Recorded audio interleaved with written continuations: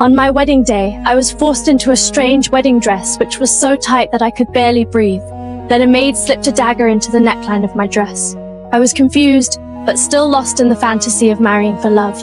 Until after the ceremony, the prince took me to a strange and gloomy mountain. The royal family all wore bizarre masks, which made me feel a little uneasy. They told me it was an ancient ritual to honor their ancestors. The queen cut both the prince's palm and mine. Then we joined hands to complete the ceremony. I had officially become a member of the royal family.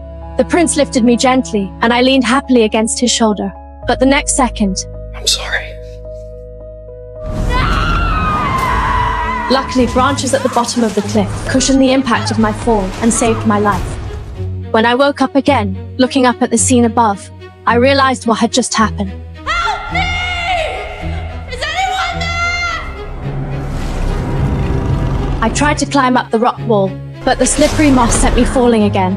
That's when I noticed jewelry scattered all over the ground. It turns out that I wasn't the only princess who had been thrown down here. I realized that no one would come to rescue me. As I groped for a way out, I was horrified to find that the creature the queen said their ancestors had destroyed was still alive. She was a fire-breathing dragon. The wound on my palm made her see me as one of the royal family. I suddenly understood I had been sacrificed to the dragon. I ran for my life and squeezed into a crack in the rocks, temporarily escaping the dragon's attacks. Remembering the dagger hidden in my dress, I used it to cut my skirt and bandage the burns on my leg. I didn't dare to go out, so I kept moving deeper into the crack. A blue glow suddenly appeared ahead, where I found a swarm of glowing bugs. So I gathered them in my sleeves as a light source, hoping to find a way out. With the light, I soon found a pool of water. I immediately bent down to drink, but the water was heavy with the stench of seaweed. Just as I was nearly in despair, I spotted a large ice crystal hanging nearby. I quickly stood under it and caught the dripping water to drink. But the ice melted faster and faster. I sensed something wrong and opened my eyes.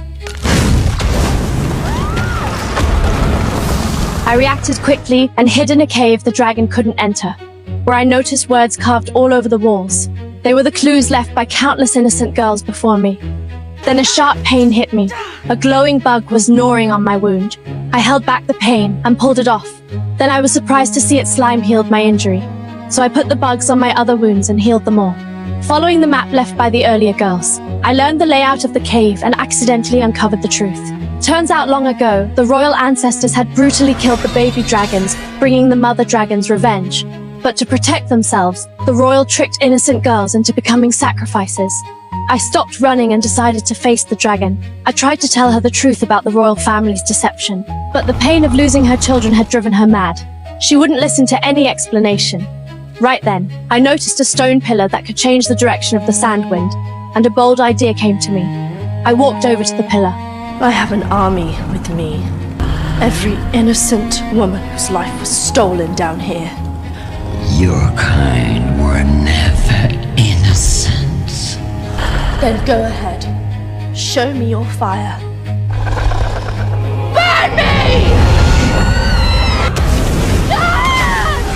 The dragon's fire reflected back and wounded her, leaving her badly hurt and unable to move. I raised my sword high, but in the end, I just drove it into the ground. Instead of harming the beast, I walked toward the pond, picked up the glowing bugs and placed them on her wounds. Because she was just a mother seeking revenge for her children. We were both victims of the royals, and we should be allies in our vengeance. Back at the palace, another grand wedding was being held at the palace. A gold coin representing the bride suddenly appeared. The queen picked it up and felt something was wrong. She turned around and saw me standing there covered in blood.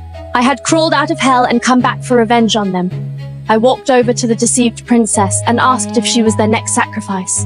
The queen still tried to cover it up, but I just turned and told the princess to take her family and leave. It was the last chance for anyone to leave too. Some ran without looking back, but more chose to stay loyal to the crown. The queen thought I was just bluffing, but they shouldn't have been afraid of me. What they should have feared was an angry mother. The next second,